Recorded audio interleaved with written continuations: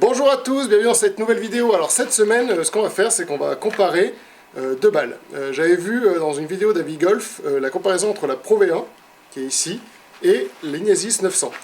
Inesis prétend que c'est équivalent, et notamment en termes de chiffres. Dans la vidéo d'Avigolf, qui était très bien, il nous montrait notamment en termes de sensations. Mais moi, ce que je voulais voir, c'était aussi avec le Trackman, donc c'est pour ça qu'on est au studio aujourd'hui avec Guillaume, qui est en train de s'échauffer, parce qu'il va aussi tester les balles, voir sur le Trackman quelle est la différence entre la Pro V1 et l'Inesis 900. Et bah, c'est parti tout de suite, on va taper des balles un peu avec différents clubs, avec des fers, avec le driver, avec un peu tous les types de clubs, et voir un peu s'il y a une différence sur ces deux balles. Donc c'est Guillaume qui va commencer, sachant que lui aura du coup une vitesse de club qui sera constante, hein, c'est aussi le but. Moi pour le moment, mon swing étant jamais complètement parfait, il y aura peut-être trop d'écart, mais c'est ce qu'on verra aussi après. Donc on va commencer par Guillaume qui va taper, donc tu m'as dit 5 fers avec l'Inesis 900 et 5 fers avec la Pro V1. Et on verra du coup lui en chiffres quelle est la différence, sachant qu'il utilise un fer 7. Ouais, 5-10 balles même ça. Voilà, on va voir, on va comparer, puis on comparera après ces chiffres. Et on comparera aussi sur moi qui suis donc handicap moyen, voir les sensations et voir aussi si dans les chiffres il y a une différence ou pas. Ok. Allez, c'est parti. Tu vas commencer par laquelle On va commencer par Inesis, je vais taper Inesis. Et bah allez, c'est parti. On va voir en termes de sensations. Je vais essayer de swinger tout le temps à la même vitesse. On va essayer de mettre sur une vitesse à peu près d'amateur. On va essayer de taper sur du 80, bon amateur bien sûr. On va voir un peu ce que ça donne.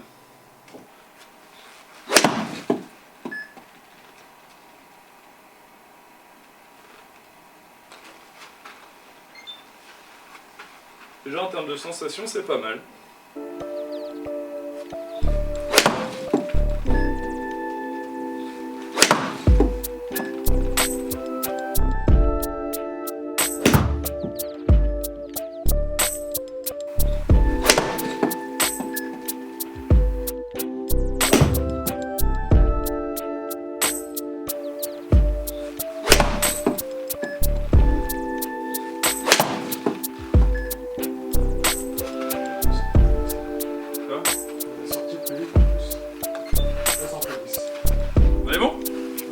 Ça donne.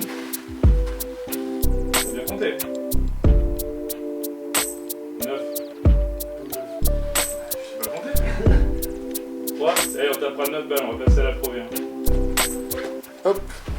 Et du coup maintenant il va taper avec la Pro V1.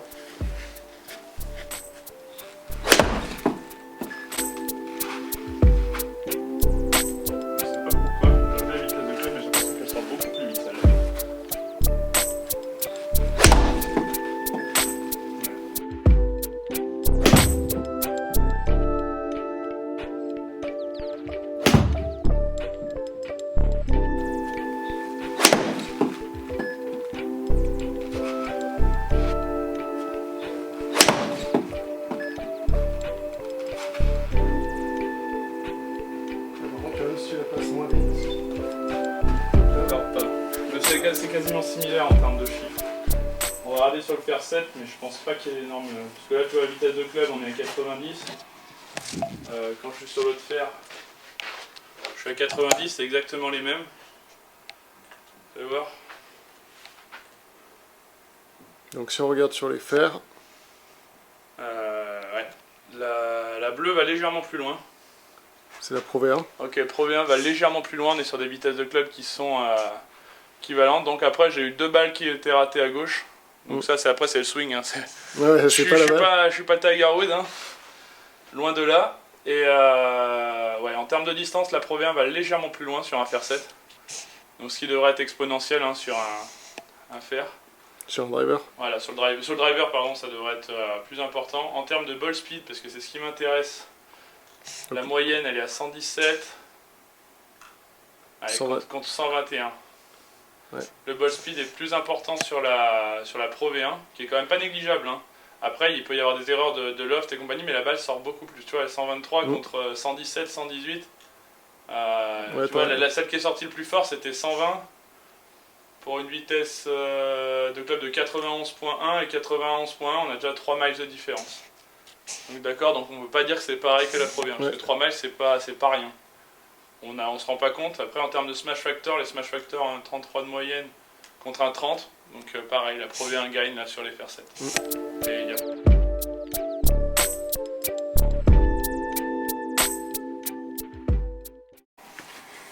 Bon, en tout cas, ça a l'air mal parti pour l'Inesis, même si apparemment c'est quand même pas une mauvaise balle. C'est pas une mauvaise balle, mais en tout cas, c'est pas une Pro V1. Contrairement à ce qui est annoncé.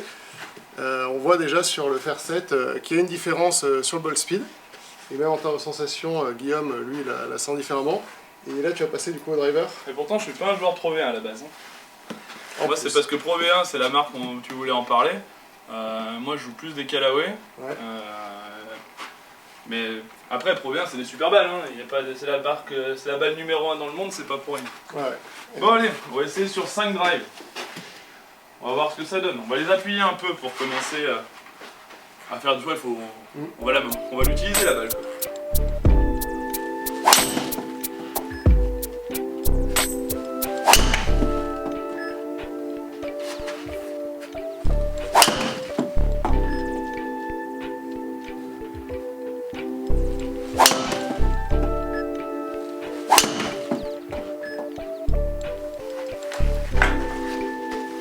Allez, c'est parti, l'Inesis. Bonne balle, on va voir ce qu'elle vaut sur un drive.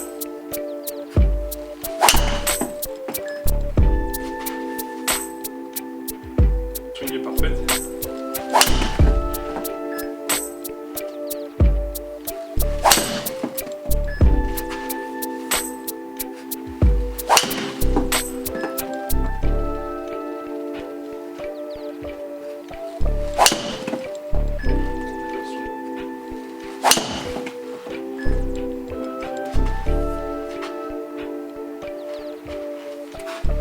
Alors, on va voir ce que ça donne. Moi, je pense que je l'ai bien swingé, donc ça va être pas mal du tout.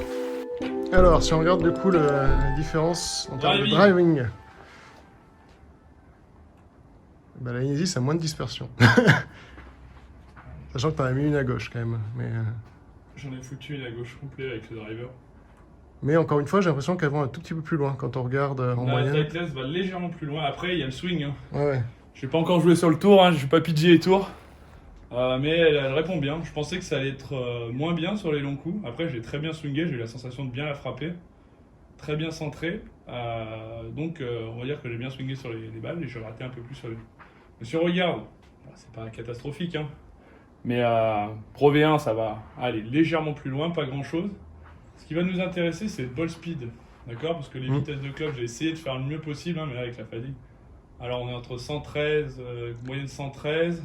Et j'ai frappé. Un peu plus vite sur la. J'avoue que je devais avoir plus d'énergie, mais j'ai frappé un tout petit peu plus fort. Mais pas beaucoup. On est à. Allez, un match de différence. Ouais, on va dire que c'était pas exactement. J'ai frappé un tout petit peu plus fort. Quoi qu'il y en a eu des très bonnes. La plus lourde que j'ai frappée, la plus accélérée, ça reste sur la Inesis. Celle que j'ai passée le plus vite, on va dire que j'ai eu une plus basse et j'étais plus régulier, un peu irrégulier sur l'Inesis. Mais d'ailleurs, regarde, si on regarde la... Par contre, en termes de ball speed, moyenne 168, 165, et là quand je l'ai frappé à 116, c'est celle-là qui m'intéresse, 116 pour 168 de ball speed. La Inesis. Ouais, d'accord, 116 pour 168, elle était bien centrée parce que les balles on voit 280 mètres et l'autre pareil 280 mètres. Tu vois, on voit bien sur les chiffres là, quand je mets la souris. T'arrives à voir? Donc là sur cette balle, j'ai l'impression d'avoir tapé exactement de la même manière. On voit quand même que la balle on génère légèrement l'équivalent de ball speed avec moins de vitesse. La Pro V1 sortirait plus fort. Bien sûr là on a mis que 5 balles, on a commencé à faire pas mal de tests, on commence à un peu fatigué, mais c'est une bonne balle la Inesis. Mais toujours, ce que je dis, c'est qu'on peut la taper droite, on peut la taper bien, sauf qu'elle ira légèrement moins loin et que c'est pas une Pro V1. Dans les doigts, on le sent tout de suite. Ouais. Ok, au niveau de la compression, on sent que la Pro V1 est plus douce et à la fois qu'il y a plus de, tu vois, un peu d'effet trampoline. Je pense que c'est dû aussi au nombre de couches qu'il y a à l'intérieur de la balle. Le noyau doit être un peu différent. Ouais, je pense que... Normalement, c'est 3 couches, mais elle doit être peut-être un peu différente. Je pense que c'est une 4, je sais pas exactement. Je suis pas un expert en balle avec mon collègue, mais. Après, on peut jouer avec une Inesis. Hein, en tout cas, ce qui est sûr, c'est qu'au niveau des sensations, l'Inesis, elle va être un petit peu moins sympa que la Pro V1, elle va aller un peu moins loin. Par contre, ça ne changera pas le score. Ouais. D'accord? Au niveau du score, ça ne changera pas. Si vous jouez des balles neuves, tu joues des balles neuves, que ce soit une Inesis ou une Pro V1, on va dire que ton score, pour un amateur, ça ne va pas changer. Pour un joueur professionnel, ça va être différent parce que les greens vont peut-être être un peu plus durs, on va devoir avoir un peu plus de douceur au niveau des alvéoles. Et pareil, en termes de précision, on veut gagner en distance. Mais pour un amateur, hormis ces sensations, jouer les 2 balles, ce sera pareil. Ouais. D'accord. Et tu sais combien ça coûte une boîte d'Inesis à peu près ou pas? Inesis, c'est 30 € la boîte de 12. 30 € la boîte de 12? Ouais. Ouais, donc là, c'est quand même un prix qui est assez sympa. Ouais, c'est quand pas la cher, Pro V1 est plus chère. La Pro V1 est à Elle est à 59. 59, ouais, 60 € la douzaine. Elle est à moitié moins cher. Ouais, elle est moins chère. Donc en termes de performance, pour un amateur... Ce qu'on va faire du coup, c'est que maintenant qu'on a vu à quoi ressemble la différence pour un pro, moi je vais juste taper quelques fers. Je vais pas faire de driver parce que comme vous avez vu dans les précédentes vidéos, le driver pour moi n'est pas encore complètement en place. Mais voir déjà sur un fer, sur un amateur vraiment, s'il y a une grosse différence, si la différence est aussi importante, sachant que toi tu avais une différence donc, de 4 miles en sortie de balle. Ouais, exactement. 4 miles par heure, on était à peu près à ça. Ok. Je l'ai mis avec la Inesis, t'en tapes 4-5. Tu regardes surtout ton feeling. On regardera un peu les données.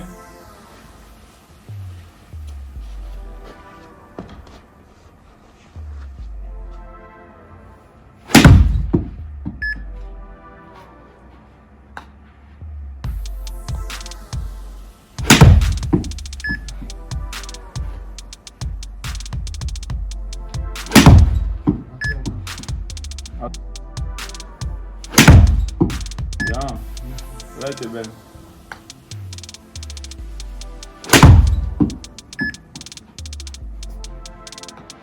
Pas mal ça. Non, c'est bien. En termes de sensations, elles sont bien. Ouais, elles sont bien, honnêtement, c'est agréable. Non, c'est des bonnes balles. Hein. Franchement, c'est pas mauvais. Hein.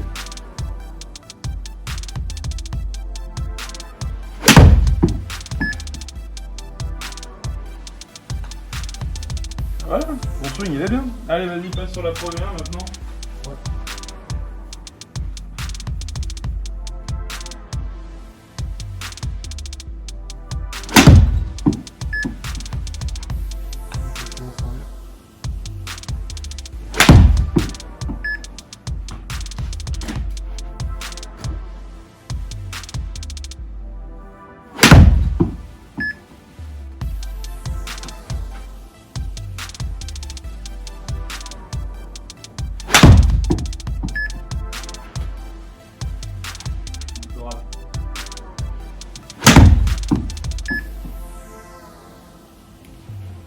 Allez, on va voir les résultats.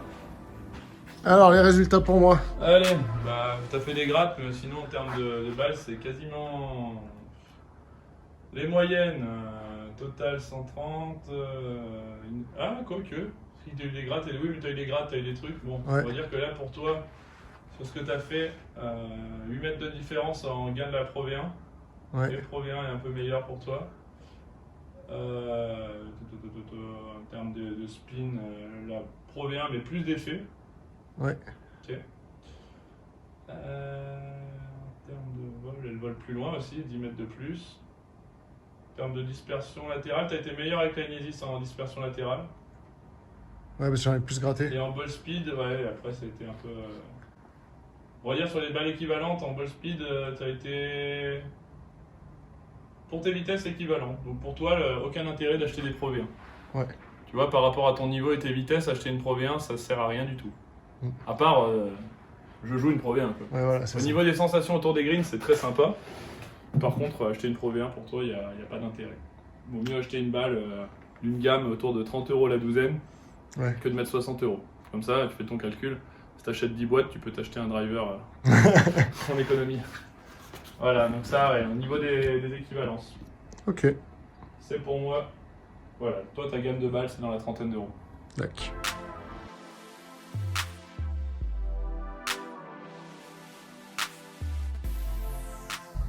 Donc, si on en conclut un petit peu, entre la Inesis 900 et la Pro V1, alors, pour moi, en tout cas à mon niveau, il n'y a pas vraiment d'écart. C'est-à-dire que j'ai pas d'intérêt aujourd'hui à mettre 60 € dans la douzaine de balles. Parce que voilà, il n'y a pas assez de différence. Mon swing étant pas encore parfait, la balle finalement n'aura pas de correctif particulier, donc il y aura à peu près les mêmes chiffres. En revanche, si vous êtes sur un niveau supérieur, comme chez Guillaume, Ouais, pour moi, par exemple, pour les joueurs qui jouent bien, il faut choisir une balle adaptée à la vitesse de club, à tout ça. c'est qu'en Il fait, y a quand même une différence de niveau entre les deux balles.